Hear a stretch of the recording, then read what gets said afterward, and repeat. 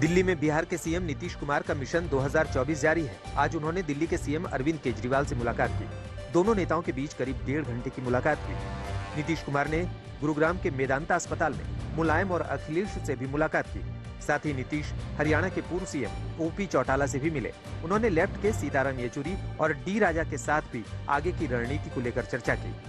विपक्षी नेताओं से मुलाकात के बाद नीतीश ने कहा कि वो बिहार से आगे देश का मॉडल बनाने में जुटे हैं। इस बीच बीजेपी ने उनकी दिल्ली यात्रा को सियासी टूरिज्म करार दिया है। मिशन 2024 के लिए बीजेपी ने तैयारी शुरू कर दी है। पार्टी दफ्तर में अध्यक्ष जेपी नड्डा और गृह मंत्री अमित शाह ने सरकार के मंत्रियों से मुलाकात की। मंत्रियों ने अमित शाह और जेपी नड्डा को जानकारी दी कि उन्हें जो हारी हुई लोकसभा सीटों की जिम्मेदारी दी गई थी, उसमें कितना काम हुआ। बीजेपी ने एक पोर्टल बनाया है जिसमें सभी मंत्रियों को जानकारी डालनी है। मंत्रियों ने उस पोर्टल में डाला है कि विजिट के दौरान उन्हें क्या क्या देखने को मिला। प्रवर्तन निदेशालय यानी ईडी ने दिल्ली शराब घोटाला केस में 30 से ज्यादा जगहों पर छापा मारा। दिल्ली एनसीआर के साथ साथ लखनऊ, पंजाब, हरियाणा, तेलंगाना और मुंबई में भी छापेमारी की गई। शराब घोटाले के सबूत खंगालने के लिए ईडी ने कुछ सरकारी अधिकारियों के ठिकानों पर भी छापा मारा। ईडी के छापे पर आम आदमी पार्टी ने कहा कि पहले सीबीआई के छापे में कुछ नहीं निकला, अब ईडी के छापे में भी कुछ नहीं निकलेगा। यूपी में गैर मान्यता प्राप्त मदरसों के सर्वे को लेकर जमीयत उलेमा हिंद ने दिल्ली में बैठक की, जिसमें यूपी से बुलाए गए मदरसों के प्रिंसिपलों के साथ चर्चा की गई। बैठक में जमीयत के प्रमुख मौलाना महमूद मदनी ने कहा कि अगर सर्वे ठीक तरीके से किया जाता है तो विरोध नहीं होगा। जमीयत की बैठक में कहा गया कि मदरसों को शक की नजर से देखा जाता है। उधर यूपी में अल्पसंख्यक मामलों के मंत्री दानिश अहमद अंसारी ने कहा कि मदरसों का सर्वे उनको मेन स्ट्रीम में जोड़ने और बेहतर बनाने के लिए किया जा रहा है। देश को नाक से दी जाने वाली कोरोना की पहली वैक्सीन मिल गई है। इसे हैदराबाद की फार्मा कंपनी भारत बायोटेक ने बनाया है। Drug controller general of India ने इसे इमरजेंसी यूज के लिए मंजूरी भी दे दी। वैक्सीन की खुराक 18 साल से ज्यादा के लोगों को दी जाएगी। इसके आखिरी फेज के ट्रायल पिछले महीने ही पूरे हुए हैं। केंद्रीय स्वास्थ्य मंत्री मनसुख मांडविया ने ट्वीट कर नेजल वैक्सीन को बड़ी उपलब्धि बताया। जम्मू कश्मीर के अनंतनाग में सुरक्षा बलों ने मुठभेड़ में 2 आतंकवादी को ढेर कर दिया।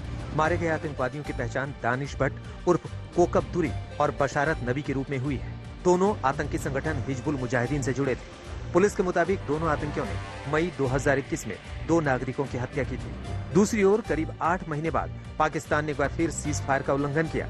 जम्मू के अररिया सेक्टर में अंतर्राष्ट्रीय सीमा पर पाकिस्तानी रेंजर्स ने भारतीय जवानों पर फायरिंग की। बीएसएफ ने गोलीबारी का मुंहतोड़ जवाब दिया। दिल्ली पुलिस की स्पेशल सेल ने 1200 करोड़ रुपए की ड्रग्स जब्त की है। इस ड्रग्स को बेचकर मिलने वाली रकम का इस्तेमाल आतंकी गतिविधियों में किया जाना था। दिल्ली पुलिस के मुताबिक ड्रग्स की खेप पहले तमिलनाडु की राजधानी चेन्नई से उत्तर प्रदेश के लखनऊ लाई गई, फिर वहां से दिल्ली के कालिंदी कुंज में। ये ड्रग्स दिल्ली से हरियाणा, पंजाब, हिमाचल प्रदेश और राजस्थान में सप्लाई की जानी थी।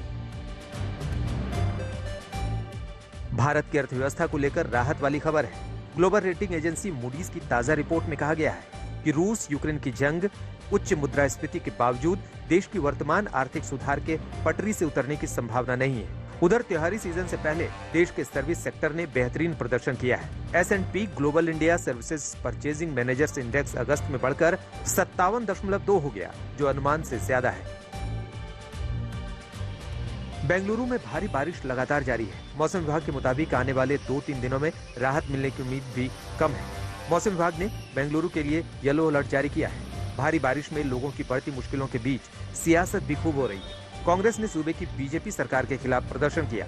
उधर हैदराबाद पर भी आसमानी आफत का खतरा मंडरा रहा है। मौसम विभाग ने अगले 24 घंटे में भारी बारिश की चेतावनी जारी की है।